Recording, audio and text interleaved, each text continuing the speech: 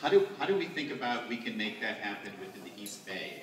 Because I don't believe we have anything to the scale that LA has within the East Bay today. So if we could think a little bit more strategically around the whole idea of a collaborative across all those different groups, what are some things that need to be true or need to happen for this to occur? So why don't we kind of go that direction a little bit? So that kind of gets into number 2 and number 3. This is what Alma already said, but buy-in and leadership. Absolutely.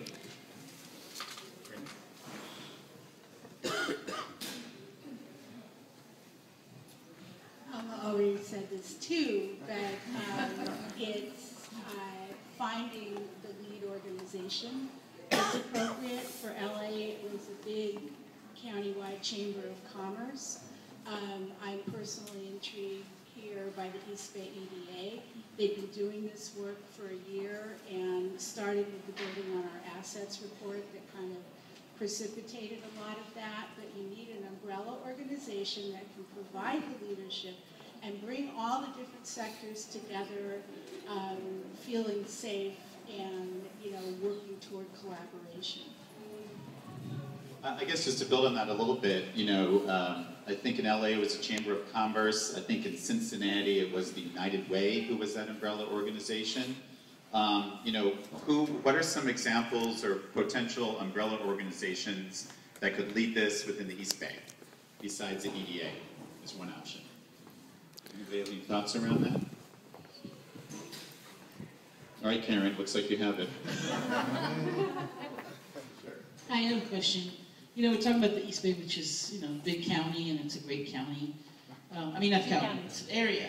But really to make it regional, because LA is a very big area that's not divided by a bay. And, I mean, the peninsula is a big area as well. I think there should be something that's regional for the, what would you call it? The whole Bay Area economic development, because I'm from Silver City.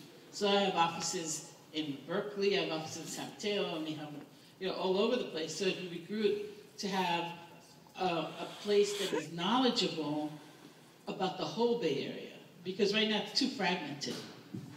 No, I actually think that's a great idea that we haven't thought about. So how do we kind of broaden the scope here to not only be the East Bay, but also San Francisco, Silicon Valley, and everything else? No, fantastic. I think that's a good one. The surrounding area. Other, any other potential umbrella organizations or how this would work? Yeah? ABAG may be a potential one. Association of Bay Area Governments.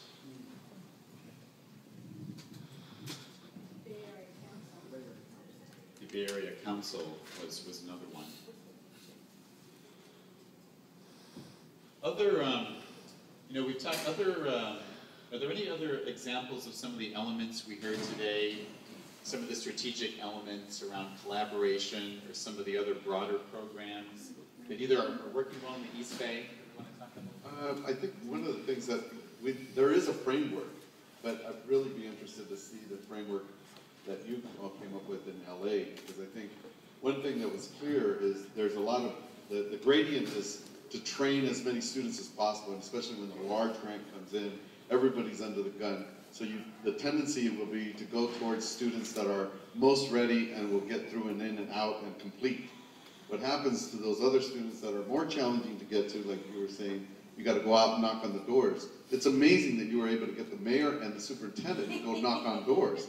But that must come from prior conversations, a framework that talks about let's do what matters for the economy, for the schools, but for the students. And it's not just about an economic imperative, it's about a social equity imperative. Oh, great point.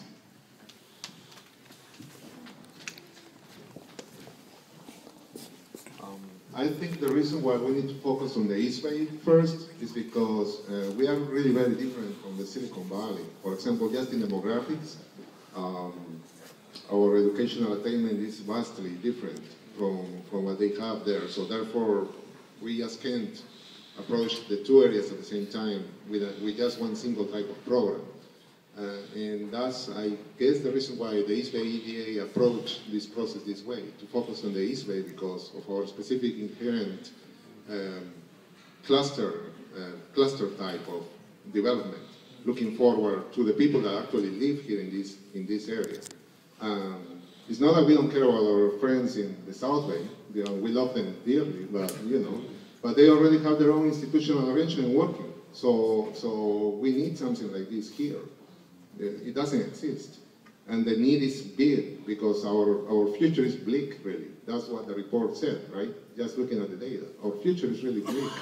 If we don't take care of the educational attainment needs and we don't connect these people with the, the needs of the latent demand of the industries that are emerging now, right? As the gentleman was talking about, Chevron not finding workers for the $70,000, employee.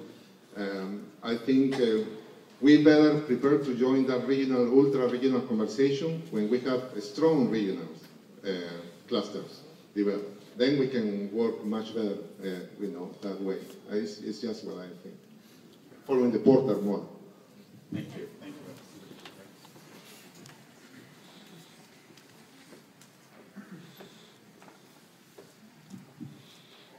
I'm Robin Freeman from the Merritt College Environmental Program in my own small business. And I think going back to the question of how to develop a collaborative and an umbrella organization, I think it would be great to involve our community college students or classes in helping with that. We've been stepping up the plate with some environmental community projects and being the umbrella that keeps them going, and it's worked very well, especially if we have high school and college students involved. And so that would fit with the collaborative funding, because obviously that would have to be funded.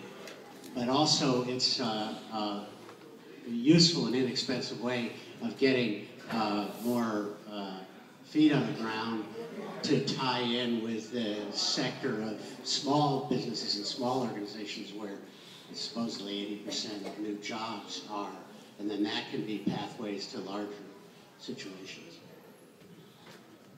Okay, I just want to kind of paint the picture maybe a few years down the road. Say that we're successful in creating this umbrella organization. We've got it's cross-functional. We've got leadership from the political leaders and the business leaders and the education leaders, and we're able to start to set up these intermediaries or liaisons by sector. So if you kind of think ahead a little bit, how do people think we should, structure these sector liaisons? What should their scope be? Who should be included in them?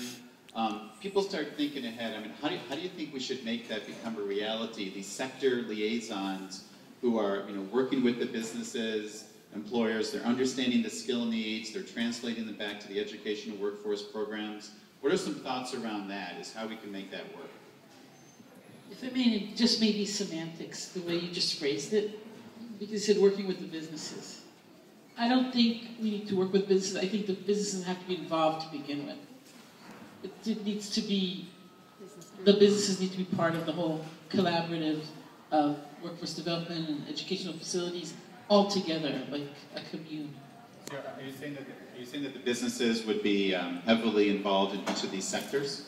Well, different businesses, yeah, just the formation of the whole. Okay, sounds good. From the beginning. Okay, others? Okay. For new programs, I think it's important that there's a board of directors that basically governs what's going on with the new program and how the new programs are set up. The other thing we have to get away from, though, is this idea, at least at the community college level, of productivity, which is the antithesis of education. And the more people the state really thinks they're getting a lot more bang for their buck if we crank out 7,000 people in a classroom. The reality of that is the only people that succeed are the ones that were going to succeed anyway, right? And so we have to crank out specialists and not just numbers.